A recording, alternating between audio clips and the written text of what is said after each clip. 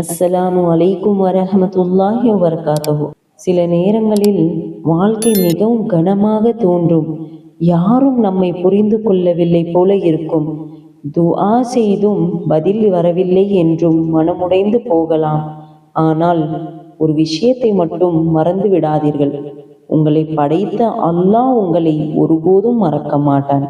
94வது அத்தியாயத்தில் 6வது வசனத்தில் நிச்சயமாக துன்பத்துடன் இன்பம் இருக்கிறது என்று அல்லாஹ் கூறியுள்ளான். இந்த வசனம் ஒரு பெரிய நம்பிக்கை. இன்று நீங்கள் அழுகிறீர்கள் என்றால் நாளை அல்லாஹ் உங்களுக்கு சிரிப்பையும் தருவான். இந்த சோதனை நிரந்தரம் அல்ல. இன்னொரு அழகான வசனம் பாருங்கள். 2வது அத்தியாயத்தில் 152வது வசனம், நீங்கள் என்னை நினைவு கூறுங்கள், நானும் உங்களை நினைவு கூறுவேன் என்று அல்லாஹ் கூறியுள்ளான். இன்னும் நீங்கள் எனக்கு நன்றி செலுத்துங்கள், எனக்கு மாறு செய்யாதீர்கள் என்றும். நீங்கள் அல்லாவை மறக்காமல் இருந்தால் அல்லாஹ் உங்களை ஒருபோதும் தனியாக விடமாட்டான். அல்லாவை நினைக்கும் இதயம் ஒருபோதும் வெறுமையாகாது. அவன் மீது நம்பிக்கை வைத்தவன் ஒருபோதும் தனிமையாக மாட்டான்.